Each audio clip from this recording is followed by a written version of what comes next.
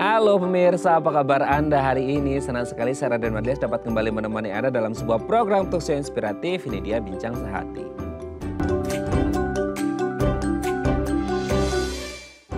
Pemirsa, saya mau tanya deh, kalau Anda mengalami luka gitu ya, entah lecet atau kegores, pokoknya luka deh, semisal di tangan Anda gitu ya. Biasanya yang terjadi apa? Pasti pertama adalah keluar darah, betul ya gitu ya. Namanya juga manusia gitu ya. Oke, pertama keluar darah. Nah setelah itu mungkin Anda akan ngapain, dikasih obat merah lah, dilapin dan lain sebagainya. Nah lama-lama apa? Lama-lama pasti di lukanya ini akan apa? Mengering gitu ya. Jadi kayak ada darah yang mengering, lama-lama dia mengering terus dia nutup, betul gitu ya. Tapi ada sebagian orang yang ketika mereka luka gitu ya, luka di tangan, nggak tahu, ini nanti akan keluar darah pasti tetap lah ya. Tapi yang ujung-ujungnya adalah kalau kita biasanya itu akan mengering terus menutup karena ada jaringan parut, dia nggak nutup gitu ya. Nutup sih tapi muncul keluar kayak seonggok daging gitu ya. Nah ini yang disebut dengan keloid. Nah sebenarnya kenapa sih ada orang yang kalau pas luka nggak mengalami keloid, ada juga yang pas luka terus kemudian muncul keloid. Nah secara, pasti yang dilihat pertama itu secara estetika, betul nggak sih? Kayak dari looknya gitu ya, dari physical appearance-nya kalau dilihat itu agak mengganggu estetika. Nah itu dari estetikanya, tapi kalau kita ngomongin dari segi kesehatannya, apakah ini berbahaya kalau dibiarkan begitu saja atau harus ada tindakan tertentu untuk diangkat itu keloidnya? Nah inilah topik yang akan kita bahas hari ini, apa penyebab dan gimana sih cara mengatasi keloid. Nah sebelum kita membahas seputar keloid, kita akan membahas terlebih dahulu bagaimana sih cara penanganan luka pasca operasi. Karena banyak gitu ya, orang yang habis operasi ada luka gitu ya, orang agak kayak kurang sabar gitu ya. Aduh aku harus beraktivitas, aku harus gini, aku harus gitu dan lain sebagainya. Nah kita akan membahas terlebih dahulu ya beberapa hal yang bisa kita lakukan setelah kita melakukan operasi. Oke, kita lihat yang pertama. Menjaga luka tetap kering. Nah ini dia ya. Kenapa luka harus tetap dijaga supaya tetap kering? Ya karena proses recovery-nya harus segera sembuh gitu ya. Dalam artian gini, kalau Anda habis operasi ada luka gitu ya, dijahit dan lain sebagainya, janganlah dulu, mungkin ada beberapa saran ya mungkin dari dokter anjuran untuk jangan mandi dulu gitu ya. Atau bahkan lebih ekstrem lagi jangan berenang dulu ya. Iyalah habis operasi masa langsung berenang seperti itu ya. Jangan hujan-hujanan dulu dan lain sebagainya. Intinya jangan sampai kena air atau jangan sampai kena cairan. Jaga agar lukanya tetap kering demi proses recovery yang lebih cepat dan lebih baik hasilnya seperti itu ya. Oke, kita lanjut yang kedua pemirsa ya. Membatasi aktivitas pada tempat luka. Kalau ini ya, kalau semisal operasinya itu ada di telapak kaki atau mungkin di telapak tangan ya, sebisa mungkin kita meminimalkan penggunaan dari telapak kaki atau telapak tangan. Semisal jangan berjalan jauh dulu, jangan berjalan yang lama-lama. Kalau tidak memungkinkan jalan gitu ya karena lukanya pas ada di telapak kaki, mungkin bisa menggunakan kursi roda gitu ya. Jangan sepatu roda ya, kursi roda seperti itu. Atau kalau mungkin lukanya ada di telapak tangan kanan, meskipun kita bukan orang kidal gitu ya, ya sebisa mungkin pakai tangan kiri dulu. Atau kalau tidak memungkinkan nggak bisa juga minta bantuan orang lain gitu ya. Jadi sebisa mungkin minimalkan supaya proses recovery-nya jauh lebih cepat. Oke, kita lanjut yang ketiga pemirsa ya.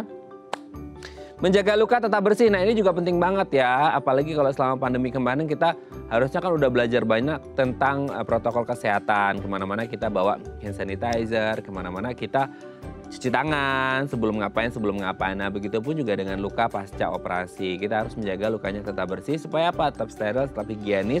Supaya tidak ada kuman, jamur, bakteri dan lain sebagainya yang bisa masuk ke luka kita. Karena itu akan mengganggu proses recovery, bahkan mungkin bisa jadi bisa memperburuk atau menimbulkan komplikasi yang lain. Misal Anda infeksi karena luka dan lain sebagainya, akhirnya karena nggak bersih gitu ya, nggak bisa jaga kesehatan gitu ya. Tapi bukan berarti harus mandi ya, karena tadi yang pertama kan nggak boleh kena cairan dulu atau kena air. Mungkin bisa dibersihin pakai kain atau kasa yang dikasih air sabun atau air hangat seperti itu ya.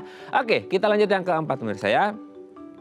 Memilih plester yang sesuai dengan ukuran atau besar si luka. Jadi kadangkala nggak tahu ya, ini mungkin banyak orang yang agak bertanya-tanya ketika kita mengalami luka perlu nggak sih di plester gitu. Ada orang yang ya haruslah di plester. Ada juga yang kayak Kalau di plester takutnya nanti lembab, nanti basah terus, keringnya kapan, seperti itu ya. Nah, apapun itu nanti kita akan tanyakan ke dokternya. Plester itu sendiri, yang kedua adalah ukuran dari si lukanya sendiri itu harus sesuai dengan lebar atau luasnya, besarnya si plester ini sendiri supaya bisa menutupi area luka pasca operasinya ya. Oke, kita lihat yang terakhir pemirsa. Menerapkan pola hidup sehat, jangan ngerokok, oke ya. Makan makanan yang sehat, nutrisi yang mencukupi. Kalau mungkin ada riwayat DM atau diabetes mellitus, kurangi asupan gula supaya intake yang masuk nggak mengganggu proses recovery dari luka pasca operasi. Jadi memang ini harus didisiplinkan dari diri kita sendiri supaya lukanya mau cepat sembuh gitu ya. Jadi ini kembali ke diri kita, ini optional. Kalau Anda mau cepat sembuh ya Anda harus menuruti anjuran dari dokter. Kalau nggak mau sembuh ya boleh gitu ya, melakukan hal-hal yang tidak diperbolehkan. Oke, itu tadi beberapa hal yang bisa kita lakukan untuk merawat luka pasca operasi dan kami akan membahasnya saat lagi. Tetap bersama kami di Bincang Sehati.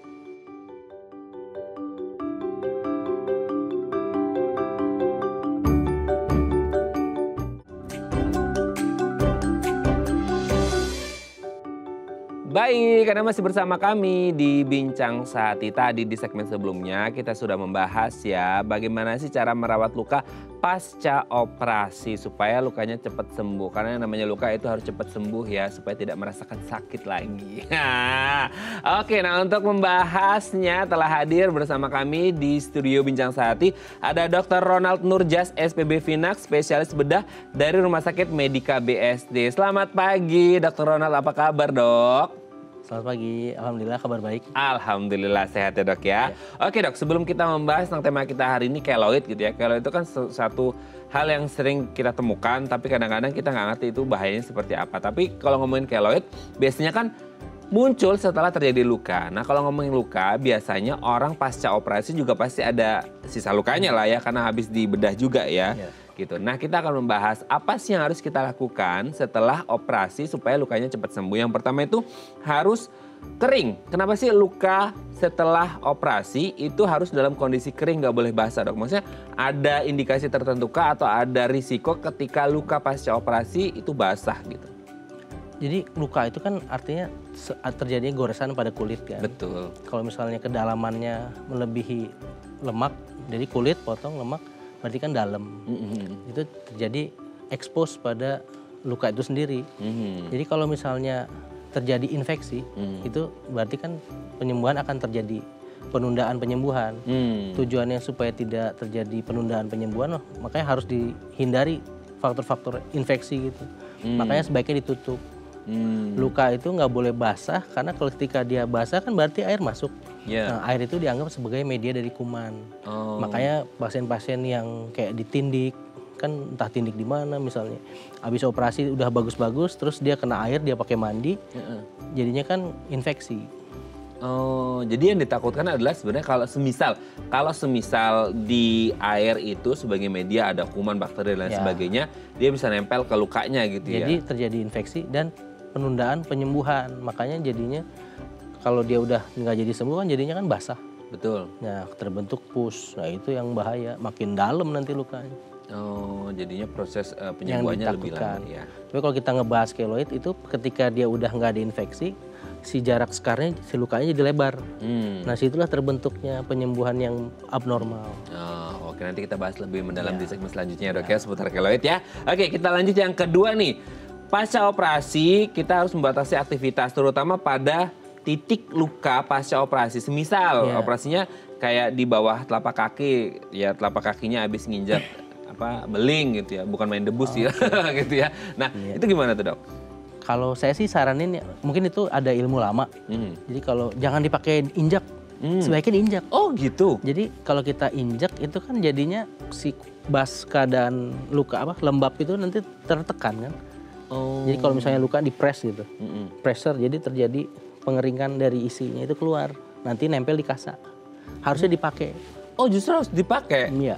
Jadi kayak misalnya habis operasi usus buntu atau sesar, itu kan ibu-ibu disuruh jalan aja mengasuh anak. Supaya lukanya cepat kering. Oh maksudnya mungkin yang selama ini kepikiran yang lama tadi ya, yang teori lama adalah takutnya dia ada kayak, kalau di bedah kan berarti di Bahasa Jerman itu dibelek gitu. Nah dibelek itu kan berarti dia ada ada pertemuan tuh, takutnya kayak agak bergeser gitu dok. Jadi akhirnya takutnya malah proses makanya kita harus lakukan penjahitan subkutikulernya harus precise, jadi harus tepat. Jadi kalau misalnya geser ya itu bukan karena itu salah teknik berarti. Berarti salah teknik jahitnya ya, belum belajar jahit kayaknya tuh ya. Oke, jadi tetap dipakai ya supaya harus aktivitas. Oke dok, kita lanjut yang ketiga ya. Pasca operasi luka itu harus dijaga supaya tetap bersih tuh lukanya ya. Iyalah, bersih itu nomor 1 kali ya dok ya, atau gimana? Bersih. Jadi kalau misalnya kan ada orang misalnya dipakein perban terus dia lepas. Ya. Harusnya kan kita langsung ke poliklinik atau cari rumah sakit terdekat kan. Tapi kadang-kadang kan dilap aja terus dibiarin, nah itu malah jadi expose yang berlebihan, nanti bisa jadi infeksi kan. Oke, tapi kan di masyarakat kita banyak yang jadi dokter akut ya. Dokter akut lagi, dokter tiba-tiba. Googling. Dokter Google iya, sama Mbak Google sih gitu ya. Yang akhirnya mereka tuh ngelap sendiri dengan mungkin kayak pakai alkohol gitu segala macam. Malah kadang-kadang luka digigit. Digigit? Ada orang misalnya beset luka pasti digigit kan, refleks.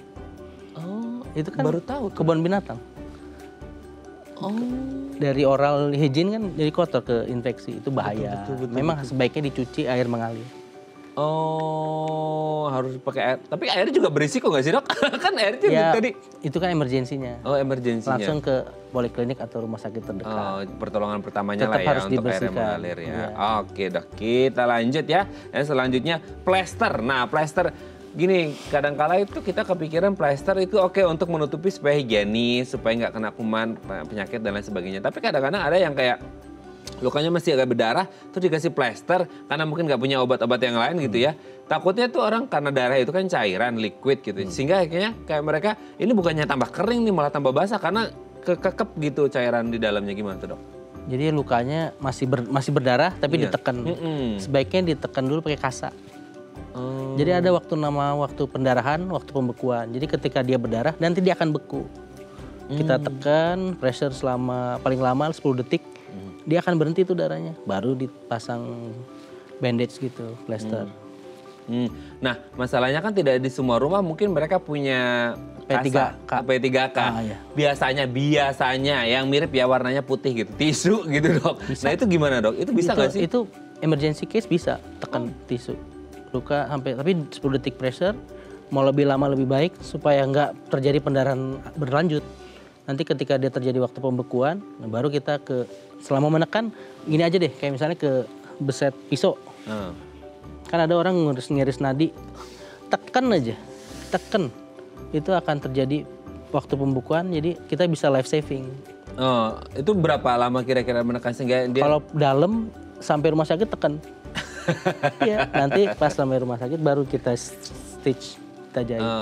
Oke, dok, tapi yang menarik tuh kayak ya ini untuk pertolongan pertama diganti kasa sama tisu handuk gitu. Lah. Handuk lah ya gitu, handuk atau tisu seperti itu. Tapi kalau orang kayak handuk habis dipakai takutnya kotor, tisu diambil. Tapi kan mungkin ada bahan-bahan dari tisu yang kayak pakai pemutih dan lain sebagainya, aman nggak sih untuk pertolongan pertama gitu? Masih kalau di range aman? Ini ya kayak antiseptik. Iya. Cukup sih kayak apa? Buat cuci tangan bisa. Hand sanitizer. Hand sanitizer itu kan sementara. Disemprotin dulu ke tisu. Tapi tekan. Intinya pressure ya. Oke. Antiseptik alami biasanya orang ngeludah gitu. Ya itu tadi. Oh gitu ya. Oke ya. Karena kan di air liur ada antiseptik alami ya dok ya? Ada ya. Kecuali habis makan. Tapi itu nggak bisa dipakai jadi alami. Tetap dianggap itu kebun binatang. Sumber penyakit ya. Karena banyak di mulut ini, rongga mulut ini bakteri. Banyak banget ya gitu, bakteri dan lain sebagainya ya. Oke dok, yang terakhir perawatan luka pasca operasi itu menerapkan pola hidup sehat. Pola hidup sehat mungkin dari segi intake makanan atau gimana dok? Ya kalau makanan sih sebenarnya kita udah belajar dari kecil, mungkin dari SD 4 sehat 5 sempurna kalau masih inget. Terdiri dari nasi, sayur buahan, terus juga ditambah susu. Tapi kalau misalnya sekarang kan gaya hidup beda ya, apalagi di kota. Mungkin kita sekarang udah geser ini untuk ke gaya hidup. Anak-anak udah lifestyle-nya udah nggak baik. Kalau mau bilang makanan sehat ya jangan mengandung karbohidrat berlebih, gula. Yang paling bahaya gula. Karena sekarang anak-anak umur 7 tahun pun bisa kena diabetes. Iya. Oke, nah itu diabetes itu kalau untuk orang yang diabetes terus mereka ya satu dan lain hal kondisinya bisa lah untuk menjalani surgery gitu, operasi. Bisa. Nah setelah luka gitu selesai kan orang kepikirannya ya dok, orang kepikirannya orang dengan diabetes itu susah banget kalau luka untuk sembuh. Ya. Nah ya kan ada yang bilang diabetesnya basah dan sebagainya. Sehingga katanya kalau luka aduh udah pasti susah sembuh, udah pasti busuk tuh seperti itu. Jadi nah, prinsip luka kalau misalnya pada pasien diabetes kita harus jaga pertama dia jangan infeksi. Terus kedua cek kadar gula darah kalau bisa di pressure di bawah 200. Setelah makan ya. Terus juga dia memang harus kontrol ke dokter penyakit dalamnya. Dan yang susah jangan juga nyolong. Misalnya kalau bahasa ini nyuri-nyuri makan. Cheating ya? Cheating ya. Oh oke. Nah itu kok bisa merugikan diri sendiri ya? Nah jadi kalau luka itu memang harus jaga, jangan sampai infeksi aja. Oke, jangan infeksi ya dengan kering, tetap higienis, bersih dan lain sebagainya ya. Dan pastinya pola makan karena apa yang kita makan tuh pasti akan langsung ngefek ke seluruh tubuh kita gitu ya dok. Ya. Oke dok, thank you dok. Ini sudah terbahas, nanti kita lanjut lagi ngobrolin keloid di segmen selanjutnya dok ya. Oke pemirsa, kalau Anda punya pertanyaan seputar tema kita hari ini boleh ya tanya-tanya di 021 290 3244 atau DM Instagram kami di @daifamily. Kami akan kembali saat lagi.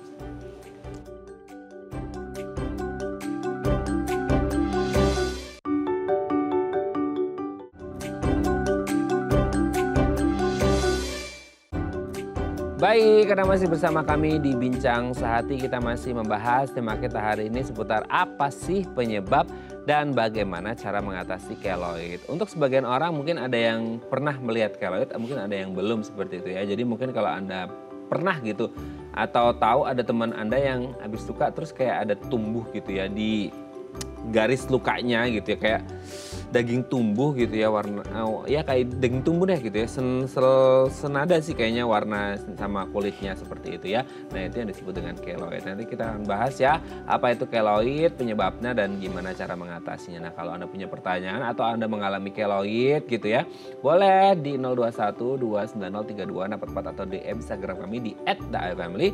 Kita masih bersama dengan Dr. Ronald Nurjas SPB Finax, dokter spesialis bedah dari Rumah Sakit Medika BSD. Oke, Dr. Ronald, kita lanjut lagi. Keloid. Nah, mungkin ada yang sering dengar, ada yang belum. Mungkin ada yang pernah melihat bentukannya keloid, tapi nggak tahu istilahnya itu adalah keloid. Nah, sebenarnya keloid itu apa sih, dok? Kalau definisi keloid sebenarnya dia adalah penyembuhan yang abnormal yang terjadi pada luka sebelumnya. Jadi dia kan mau proses healing ya. Jadi ketika luka itu harusnya berhenti untuk terjadi proses penyembuhan, tapi dia tetap terus melakukan proses penyembuhan itu. Sehingga tinggi dari penyembuhan itu lebih tinggi dari kulit normal. Bahkan dia bisa melebar dari garis sayatan.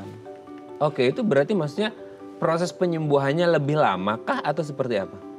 Proses penyembuhannya sama, cuman dia tidak terjadi penghentian misalnya. Jadi kan regenerasi jaringan kan, ketika dia terjadi penyembuhan, tapi dia terus berganda jadinya. Jadi dia terus secara abnormal terjadi penumpukan jaringan itu, sehingga dia lebih tebal. Lebih tebal. Awalnya warnanya terang, kalau ngelihat warnanya agak kemerah-merahan. Yang akan kalau misalnya udah lama-lama itu bisa jadi lebih gelap, bahkan menyebabkan sakit atau gangguan gatal. Oke. Nah itu kenapa akhirnya berarti yang dimaksud keloid ini dia itu kayak proses recovery ya, tapi dia nggak akan pernah selesai gitu. Dia berhenti di titik tertentu sehingga tebalnya pasti dia akan lebih tebal ya. Jadi kayak dibilang daging jadi. Iya betul. Seonggok gitu. Seonggok daging jadi gitu ya. Memang proses recovery-nya agak berbeda dengan orang kebanyakan, tapi dia proses recovery tapi akan ada di satu titik tertentu dia akan berhenti ya, nggak maksudnya akan tumbuh terus gitu ya. Oke, kenapa akhirnya tadi dokter bilang bahwa keloid ini bisa melebar dari titik sayat yang harusnya biasanya orang umum ya titik sayat itu akan agak renggang sedikit gitu ya, terus kemudian akan nyatu lagi kan gitu lah. Nah itu kenapa dia akhirnya melebar? Itulah yang disebut keadaan luar biasa dan tidak semua orang kena.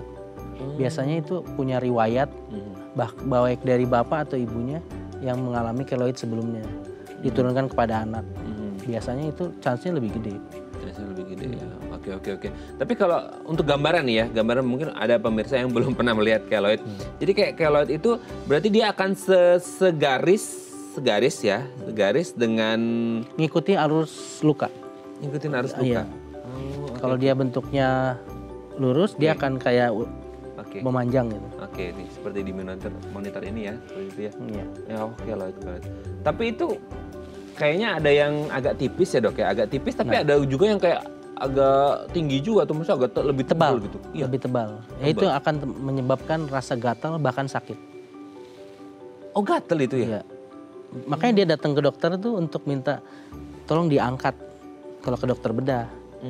Kalau misalnya dia masih belum tebal, dia biasanya ke dokter kulit lah, untuk dilakukan suntikan intralesi sepanjang itu. Berarti dia bisa jadi tebal banget, bisa jadi hampir sama sama kulit ya. Warna, cuman dia tebal sedikit lah. Cuman akhirnya ketika pun kalau yang tebal itu pasti akan berbeda, maksudnya mencolok gitu ya. Kalau yang sejajar dengan permukaan kulit, dia bisa jadi apa bahasanya, coraknya, motifnya, patternnya beda. Ya, kayak gini nih, bisa lebih terang. Oh itu dokter ada juga? Ada. Tapi nggak kelihatan? Iya. Oke, berarti dia tipis gitu ya? Tipis tapi lebih terang. Oh. Yang lebih parah itu lebih tebal dan gelap. Lebih tebal dan lebih gelap. Oh, kenapa akhirnya bisa berwarnanya lebih gelap banget gitu? Yang awalnya kan katanya senada dengan warna kulit kita gitu. Nah, makanya ini banyak terjadi pada etnis kulit berwarna. Dari kaum orang Afrika, terus Asia, sampai kalau Amerika Selatan. Orang Spanish gitu, tapi Spanyol, Brazil. Nah, kalau orang-orang Caucasian kulit putih itu nggak ada mengalami keloid. Makanya zat pigmen itu terjadi lebih gelap. Betul. Iya. Oke, tapi biasanya di titik-titik mana sih dok di seluruh tubuh yang rentan mengalami keloid atau sebenarnya semua titik tubuh bisa gitu? Tergantung kan kalau sayatan di mana aja. Tapi kalau kita lihat presentasi kasus banyaknya di tempat tindik ya, di kuping, terus di tempat vaksin, terus di tempat tato. Kan ada orang tato. Gitu. Sama orang kena necklace, kena bandul kalung. Nah itu suka luka di sini. Nanti dia terbentuk keloid. Seberat apa itu kalungnya sampai luka ya? Gitu ya. Oh gitu dari yang dan yang paling parah memang di sini. Karena ketika dia udah menebal, dia ngeganggu pergerakan dada. Ini kita analogikan kayak yang menarik itu kayak vaksin ya, disuntik itu kan kayak lubangnya kecil banget ya dok ya. Itu bisa timbul keloid. Bahkan ada beberapa yang di tempat titik vaksin itu terbentuk keloid. Ada. Tapi berarti keloidnya kayak kutil dong, kecil banget gitu. Karena kan besar. Oh, membesar. Oh, gitu, membesar ya. Tapi titik-titik suntiknya kan bukannya kecil ya dok ya? Ya, bahkan titikan suntik aja bisa terbentuk sebentar 1 cm kali 1 cm. Dari satu suntikan itu. Oh ya, yang tadi dokter sebut ya, bisa melebar dari titik sayatnya ya. Oh, kalau yang di ini kalung itu juga kayaknya sayatnya sedahsyat apa sih? Mungkin lecet kecil. Ada yang segede telapak tangan. Dari bandul kalung itu melebar. Malah dia ngeganggu pergerakan nafas. Oke. Tapi biasanya di titik-titik itu bekas luka yang seperti apa sih? Kan kadang-kadang kita lukanya tuh kayak hanya yang kepreset gitu, lecet. Ada yang sampai. Nah itu dia. Luka apapun kalau dia tidak steril, maka dia akan terjadi infeksi kan. Nah di situ yang membuat penghambat penyembuhan baik. Jadi dia kadang-kadang dia lukanya terbuka, di situ infeksi. Oke, jadi tidak melihat seberapa dalamnya si luka itu kalau sudah ada ya apapun lah. Apapun luka. Itu. Sedalam apa? Kalau dia steril aman. Kalau dia udah terbentuk infeksi, kemungkinan besar terjadi keloid pasti ada. Oke. Tapi sebenarnya kalau ngomongin keloid ya dok ya, itu tuh kayak emang ini pengalaman pribadi ya, maksudnya kayak ada tetanggaku gitu yang kayak sebadan itu luka sedikit aja tuh muncul gitu, kayak tangannya tuh kelihatan, apalagi kalau pas lagi buka baju tuh kelihatan. Iya benar tadi dokter sebut ada di dada segala macam gitu. Itu maksudnya karena memang keturunan genetik gitu ya dari keluarganya, bahwa siapapun di situ di anak itu atau di keluarga itu yang punya anak ya anaknya akan seperti itu, atau sebenarnya case by case ada loh orang yang di satu waktu tertentu mengalami infeksi, kena luka, sayat dan lain sebagainya, tidak mengalami keloid. Once pernah mengalami sayatan lagi, dia mengalami keloid gitu. Nah itu berarti bukan satu hal yang pasti kan, dia kalau dia lukanya bersih kan tidak terjadi keloid. Tapi kalau dia terjadi infeksi, kemungkinan keloidnya ada. Dan bahkan untuk orang yang tidak pernah ngalamin keloid seperti saya, ada luka juga bisa terbentuk keloid ketika itu mungkin lukanya nggak steril. Kalau untuk yang orang tua gitu ya, yang ke anaknya, ya entah itu ada nggak sih yang kasus yang entah itu terkena infeksi atau enggak, steril atau enggak, higienis atau enggak, tetap aja itu akan terjadi keloid gitu. Berarti diturunkan kan? Ya, Nah, diturunkan. itu kemungkinan diturunkan. Memang ada satu orang, saya ada pasien perempuan kena garuk nyamuk, gigit nyamuk garuk luka itu terbentuk keloid. Kenapa coba? Kan tangan kan nggak steril. Luka kan, luka yang tidak steril, infeksi namanya. Ya ampun, kan cuma ngegaruk abis gigitan nyamuk ya. Gitu ya, sesimpel itu pun, sesimpel itu ya. Tapi untuk orang yang memang diturunkan gitu ya, karena bakat genetiknya, kalau semisal dia higienis, dia tidak akan muncul. Kan tidak higienis. Kalau higienis maksudnya ketika dia turunan gitu ya, terus kemudian ada luka segala macam, pembersihannya segala macam, oke gitu, bakal muncul keloid nggak sih? Bisa ditekan kan? Kita mencegah terjadi keloid namanya. Oh, bisa ditekan ya? Oke. Nah kalau untuk ibu hamil, nah biasanya nih kalau perempuan nih, ibu hamil itu kan mungkin yang operasi sesar lah ya gitu ya. Itu kan pasca operasi pasti ada luka sayat dong, seperti itu. Itu bisa muncul juga nggak?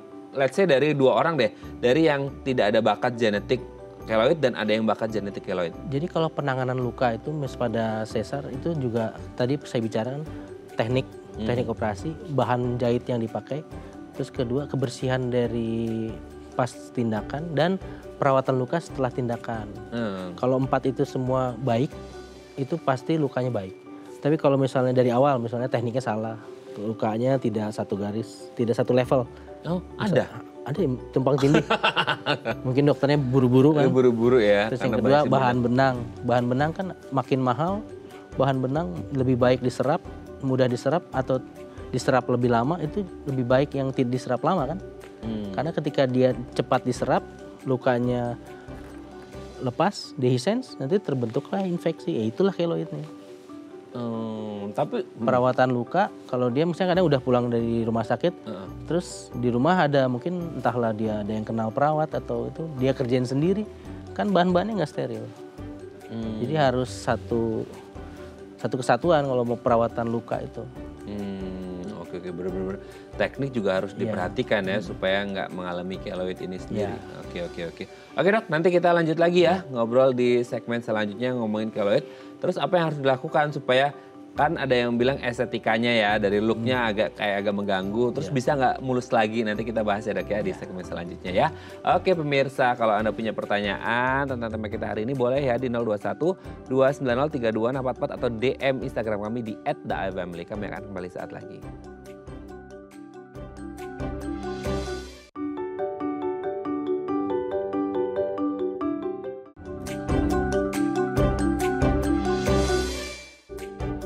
Baik, karena masih bersama kami di Bincang Sehati, kita masih membahas tema kita hari ini seputar apa penyebab dan bagaimana cara mengatasi keloid. Untuk sebagian orang mungkin ya udahlah ya, udah keloid udah muncul gitu ya, udah. Tapi ada juga mungkin yang secara estetika mungkin karena penampilan kerjanya atau aktivitasnya harus looks good gitu ya. Nah mungkin Anda harus bertanya-tanya nih gitu ya, kira-kira apa yang harus kita lakukan ya untuk menghilangkan si keloid ini supaya looknya lebih bagus lagi. Nah kalau Anda punya pertanyaan seputar tema kita hari ini, boleh ya tanya-tanya di 021 290 3244 atau DM Instagram kami di @daifamily. Kita masih bersama dengan Dr. Ronald Nurjas, SPB Finax, dokter spesialis bedah dari Rumah Sakit Medika BSD. Oke dok, kita lanjut lagi. Kalau untuk sebagian orang melihat kayak, ya kita aja kalau ngeliat luka ada sayatan kecil bekas gitu ya, meskipun itu bukan keloid, kayak ini bakal balik lagi nggak ya, ini bahaya nggak ya. Nah kalau keloid yang jelas-jelas secara mata dilihat secara langsung ada benjolan gitu, ada seonggok daging tadi dokter sebut ya gitu ya. Ini sebenarnya kondisi yang berbahaya atau nggak sih ketika ada satu jaringan yang muncul di atas jaringan kulit kita gitu? Jadi kalau kita ngomong bahaya itu misalnya terbentuk 2, Tadi kalau misalnya ada waktu berhenti penyembuhan itu keloid. Tapi kalau dia udah terjadi keganasan dia akan terus bertumbuh. Oh. Nah, itu yang baru bahaya. Kalau keloid sih masih level masih tenang, aman. Oh berarti itu ada satu kondisi di mana kayak udahlah keloid itu adalah proses recovery yang penyembuhan yang belum nggak berhenti sehingga akhirnya satu titik tertentu berhenti. Ada juga yang akan terus berlanjut terus melebar. Saya ada kasus pasien suka mancing, kakinya nginjak besi kawat, terus dia biarin, tidak dilakukan pembersihan, terus terbentuklah seperti bunga kol, bahan kol sebesar ini. Di bawah telapak kakinya? Itu ada di sini. Jadi saya harus lakukan amputasi karena dia keganasan. Squamous cell carcinoma itu ganas dari luka loh. Itu jenis keloid juga? Bukan, kan dia keloid itu kan aman, jinak. Tapi kalau jenis squamous cell carcinoma itu ganas, itu tindakannya harus amputasi. Oh tapi itu karena dia udah menghancurkan tulang. Maksudnya tapi itu bukan keloid ya? Bukan. Tapi mungkin awalnya luka. Luka? Iya. Tapi dia bentukannya seperti keloid bukan? Awalnya seperti keloid. Lama-lama dia seperti bunga kol, tumbuh, terus dia melakukan invasi ke tulang. Akhirnya dia nggak bisa jalan kan? Ya kita harus cegah supaya dia nggak makin berkembang, diamputasi. Oh berarti dari luka. Dari luka ya? Nah tapi kalau kita ngomong keloid sih sebenarnya aman, cuman ada keluhan, sakit atau gatal. Sakit atau gatal. Dan yang paling banyak sekarang secara look, kosmetik appearance itu baru jadi keluhan, misalnya di pipi. Karena mengganggu ya. Oke tapi yang menarik tadi, kenapa akhirnya jadi sampai diamputasi? Berarti dia look awalnya itu seperti keloid. Nah untuk membedakan bahwa itu keloid yang biasa ya sama yang kan semua dari luka juga. Tadi kan orang mancing karena kena nginjek kawat segala macam itu kan awalnya seperti keloid. Nah kan orang bilang ya udahlah keloid aja, tapi kok tiba-tiba membesar. Itu... Karena dibiarin, dikiranya cuman keloid kan, tapi ternyata lama-lama berkembang nggak berhenti, terus dia makin lebar dan makin dalam, menyerang tulang sampai tulang itu bisa dikeremas. Oh tulang lunak ya? Tulang keras ini bisa hancur. Oh dari luka. Tulangnya jadi lunak banget ya. Oke. Kayak ini ya dok ya? Kayak ada penyakit kayak imperfecta ya? Apa sih? Oh itu kalau imperfecta berarti kan anak-anak. Kasusnya pada kasus bawaan lahir. Oh ya itu kan juga tulangnya rapuh ya? Tidak terbentuk. Tidak terbentuk sempurna gitu ya. Oke. Nah berarti kalau kita ngomongin si keloid ini sendiri gitu ya. Berarti gejalanya yang kalau kita ingin tahu bahwa oh ini adalah keloid biasa gitu. Yang dirasakan kayak cuma sakit sama gatel aja. Iya. Tidak ada yang dirasakan yang lainnya atau gimana? Mengganggu aktivitas. Misalnya di wrist, misalnya ada luka gitu. Terus dia tidak bisa melakukan hal-hal misalnya mau backhand atau buat olahraga itu. Biasanya datangnya dengan mengganggu aktivitas. Oh berarti dia mengganggu manuver gerak tubuh kita nggak sih? Bisa. Oh gitu. Ini kan kaku. Oh kaku dia ya? Kalau besar. Apalagi kalau pas di pergelangan atau sendi gitu ya? Oh. Kalau di sini biasanya udah nggak bisa terlalu melakukan rotasi lagi. Jadi kita harus rilis. Yang tadi saya bilang di dada, itu pergerakan dada kan tertahan. Jadi oksigenisasinya buruk. Oke. Nah sebenarnya kalau sudah jadi itu dia akan benar-benar berhenti, ada nggak masa atau waktunya gitu? Atau tergantung lebarnya si luka? Kalau sudah terbentuk dia berhenti. Nah itu masa terbentuknya bisa berapa lama? Lama sih. Kan kita harus tahu ya, maksudnya kan kayak tadi 2-3 bulan lah. Oh 2-3 bulan ya. Karena kan kita juga harus ngerti kayak tadi kasus yang orang mancing gitu ya. Orang dibiarin ya udahlah ini belum di titik berhentinya, ya udah biar aja. Ternyata kok malah lebih besar. Cepat dan besar. Oh oke. Nah kalau sekarang akhirnya udah nih, untuk diketahui bisa nggak sih untuk mengetahui bahwa si yang tumbuh ini ini akan berhenti di satu titik atau dia akan lanjut terus? Nah itu dia, ketika dia berhenti itulah keloid. Tapi kalau dia masih menyebar dengan cepat berarti itu satu keganasan. Oh, berarti kita harus ambil range waktunya antara 2-3 bulan gitu ya? Kalau soal luka sebaiknya segera. Segera ya? Jangan sampai mencegah jangan sampai terjadi. Iya, jangan sampai. Tapi just in case udah muncul keloid duluan, kita tunggu 2-3 bulan. Kalau keloid itu kan dari awal udah kelihatan. Oh, udah kelihatan. Dari hari pertama dari minggu pertama. Dia lukanya akan dehiscence. Range, jadi ada spare gitu. Kan dari jahit nih misalnya, terus infeksi kan. Dia kering sih lukanya, tapi dia melebar. Jadi kulit gap sama ini tuh segini jadinya. Jadi ada jaringan baru namanya. Dia udah bisa jaringan ikat. Itu lembek apa keras tuh? Udah keras. Udah mengeras walaupun di minggu awal. Lapisannya lunak. Dia udah terbentuk jaringan ikat. Jaringan ikat itu kan fiber. Fibrotik itu kan jaringan padat. Tapi perabaannya di sininya lunak. Kulit mudanya. Nah itu yang nanti akan tumbuh lagi. Oh, berarti kalau sampai seminggu katakanlah dia udah muncul keloid, berarti memang ada sesuatu yang mungkin tidak bersih dan lain sebagainya. Jadi ketika dia datang dengan luka infeksi, itu harusnya dilakukan tindakan lagi. Pembersihan jaringan. Oke. Nanti kita bahas lagi ya dok. Ini ada DM Instagram dari pemirsa. Aku bacakan ya. Ini dari siapa ya? Dari Pak Hanif ya. Oh, oke. Gimana nih ya? Oke, nanti ini sepertinya belum muncul ya. Kita lanjut lagi. Nah, sebenarnya kalau kita ngomongin keloid ini sendiri, tindakan apa sih yang harus dilakukan? Maksudnya kan kalau ada orang pembiaran, oke let's say kayak 2-3 bulan keloidnya udah selesai gitu ya. Udah jadi lah ya, udah jadi. Udah kebentuk, udah kecetak gitu ya, seperti itu. Itu kalau kan ada ya, kalau cosmetic look oke lah, itu mungkin akan ada satu hal tertentu nanti kita bahas. Tapi kalau untuk kayak dibiarin aja, oke dok, aku ke dokter nih cek gitu ya, ke dokter Ronald, dok ini kayaknya keloid, iya betul tapi ini udah berhenti nih gitu. Ya udah nggak apa-apa, dibiarin aja nggak apa-apa atau gimana? Jadi kalau ada seorang pasien datang dengan keluhan keloid itu akan ditanya ganggu nggak? Jadi hal apapun bentuk, walaupun tumor ukuran di bawah 3 cm, kalau dia nggak mengganggu sebenarnya kita tidak perlu lakukan apa-apa. Tapi kalau misalnya dia sudah terjadi mengganggu, berarti kan dia sudah menekan fungsi olesnya sudah terganggu. Itu baru kita harus lakukan tindakan.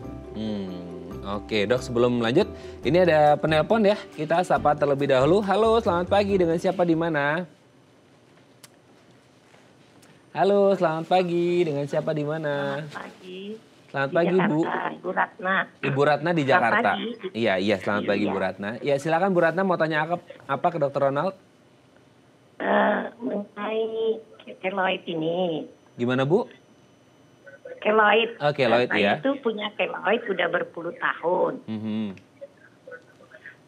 Saya mempunyai keloid sudah beberapa puluh tahun di waktu masih remaja.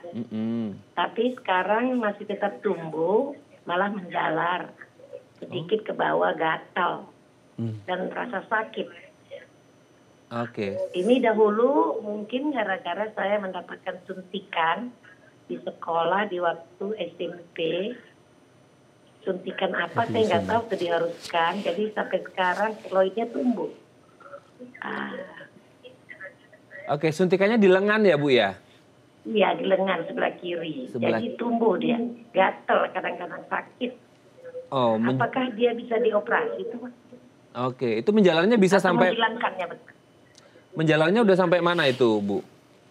Udah ada sedikit jarak berapa senti lah, 3 senti gitu. Jadi menjalar, jadi saya bingung ini. Oke, dokter sudah jelas dok? Atau yang ditanyakan sebelum kita jawab? Bisa. Sudah. Bagaimana? Ya? Sudah jelas ya dok ya? Jelas. Oke, terima kasih ya Bu Ratna di Jakarta, kita akan coba jawab. Bagaimana cara menghilangkannya begitu? Ya, boleh. Oke, terima kasih Bu Ratna ya, kita akan coba jawab. Gimana nih dok? Tadi kan saya udah bahas ada suntikan vaksin. Nah, bisa bener lebih ya? dari 1 cm. Langsung nih. Nah, 3 cm kan berarti besar sekali. Iya. Sebaiknya sih untuk Ibu Ratna itu kita lakukan tindakan membuang si keloidnya. Nanti kita bisa, kalau misalnya 3 cm, bisa kita lakukan flapping untuk menutup ruang kosong itu. Kenapa kita lakukan tindakan? Karena dia udah ada keluhan, nyeri, iya, gatal. Terus apalagi nggak enak lah pokoknya, dirasa nggak nyaman lah gitu. Karena itulah pasien datang ke rumah sakit itu biasanya udah ada keluhan. Karena ada keluhan. Berarti kalau nggak ada keluhan oke-oke aja dong. Iya, kalau misalnya nggak ada keluhan kan pasti dia nggak datang ke rumah sakit. Tapi itu jaraknya kalau tadi dari kecil, suaranya Bu Ratna kan itu dari remaja loh, SMP sampai usia sekarang kan seperti itu. Itu prosesnya bisa selama dan sepanjang itu? Biasanya kan dalam seminggu udah terbentuk tuh, tapi kan karena belum tebal tidak dikeluhkan. Udah proses bertahun-tahun, timbul keluhan biasanya datang.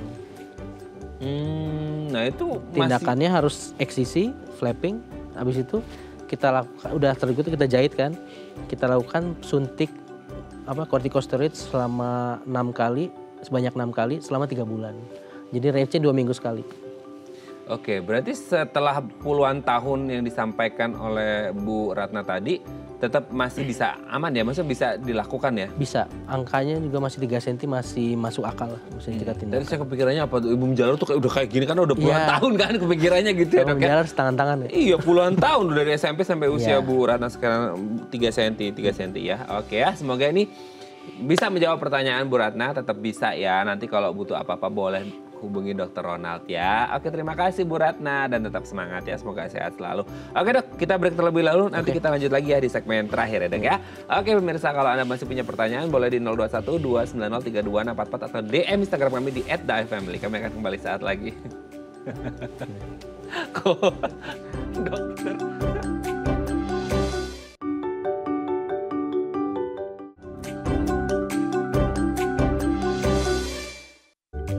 Baik, karena masih bersama kami di Bincang Sehati, kita masih membahas tema kita hari ini seputar keloid. Kita masih bersama dengan Dr. Ronald Nurjas, SPB Finax, dokter spesialis bedah dari Rumah Sakit Medika BSD. Dok, tadi ada DM yang belum sempat kita baca ya, kita bacakan terlebih dahulu. Ini dari Pak Hanif. Dok, saya punya keloid yang sudah ada sekitar 10 tahun lebih. Ini sama kayak Bu Ratna tadi ya. Makin lama warnanya menghitam dok, tapi masih gatal dan nyeri. 10 tahun masih gatal dan nyeri. Itu kenapa ya dok? Apakah keloid akan terus tumbuh? Atau akan ada masa jaringan keloidnya mati? Lalu apakah keloid bisa disembuhkan dok? Terima kasih Pak Hanif nih dok. Gimana 10 tahun nih? Hampir sama kayaknya Bu Ratna. Kayaknya Bu Ratna lebih lama. Ukurannya berapa ya? Hah? Ukurannya ya dia nggak bilang dok. Makin lama warnanya menghitam. Ya. Tapi kayaknya dia nggak ngomong menjalar sih, makin warnanya aja menghitam, tapi masih gatal dan nyeri gitu. Gitu, gimana? Jadi kalau yang namanya keloid itu kita lihat ukuran juga. Kalau misalnya lesi yang dibuang nanti itu besar, kita nggak boleh paksakan untuk jahit.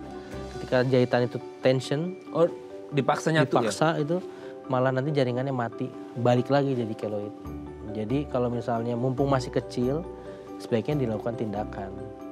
Tapi kalau nunggu besar, mungkin ada juga yang tindakan berulang, habis operasi jadi lagi, makan tadinya 2 cm bisa jadi 4 cm, nanti kayak gitu, kali berlipat-lipat.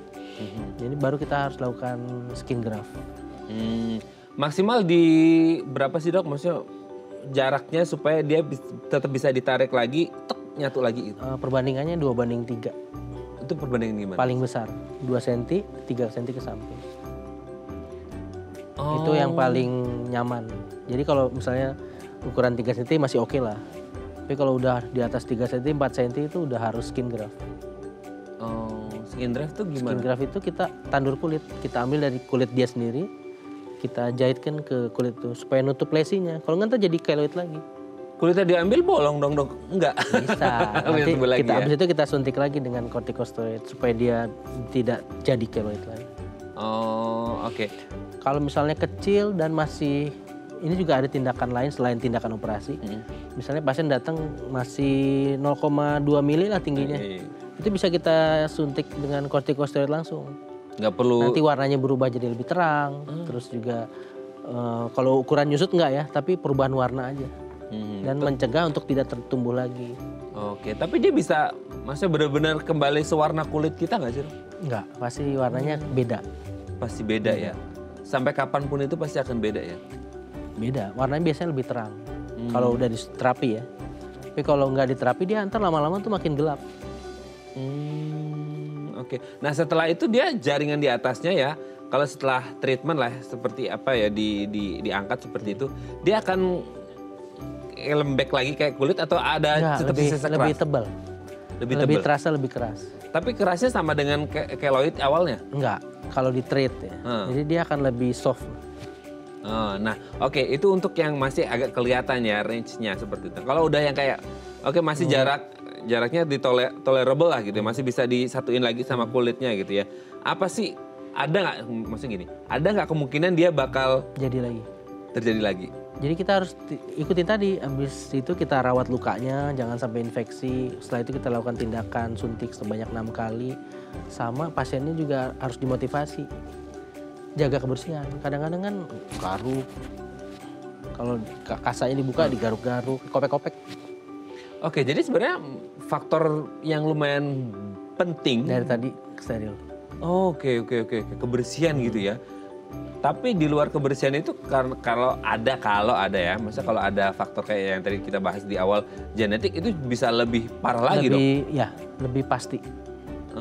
Tapi meskipun ada genetik, tapi kalau misalnya jaga kebersihan itu bisa diminimalkan banget ya. Even if dia harus menjalani operasi. Iya, bisa. Tapi ya mungkin tetap jadi keloid, cuman lebih halus. Lebih halus lagi. Lebih terang. Gitu ya. Oke. Tapi sebenarnya kalau ngomongin keloid abis operasi gitu ya, ya itu ya memang jaga kebersihan itu penting banget. Tapi berapa lama dia bisa kayak kembali lagi ke awal? Itu bisa beda-beda setiap orang atau luka gimana? udah kering, udah lakukan treatment, berarti kan masuk 3 bulan tuh, udah bebas. Bebas ya? Oke, ini kecuali yang dijahit ya, maksudnya yang disatuin lagi. Itu dia lukanya bakal kering kayak luka orang pada umumnya yang habis ke saya, terus dia kayak kering lagi gitu nggak sih dok?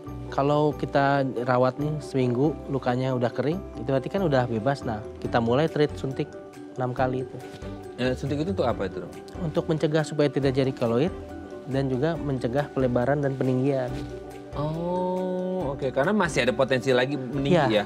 Makanya ada teknik-teknik di dokter kebidanan itu habis sesar disuntik. Oh iya betul.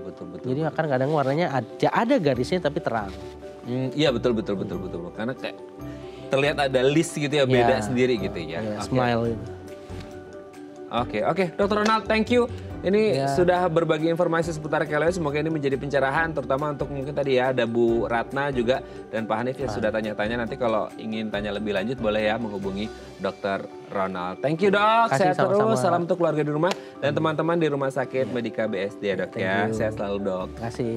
Oke pemirsa, itu tadi perbincangan kita dengan Dr. Ronald. Semoga bermanfaat ya. Sarah Demarias pamit. Sampai jumpa dan selamat kembali beraktivitas di hari Kamis yang indah ini. Sampai jumpa.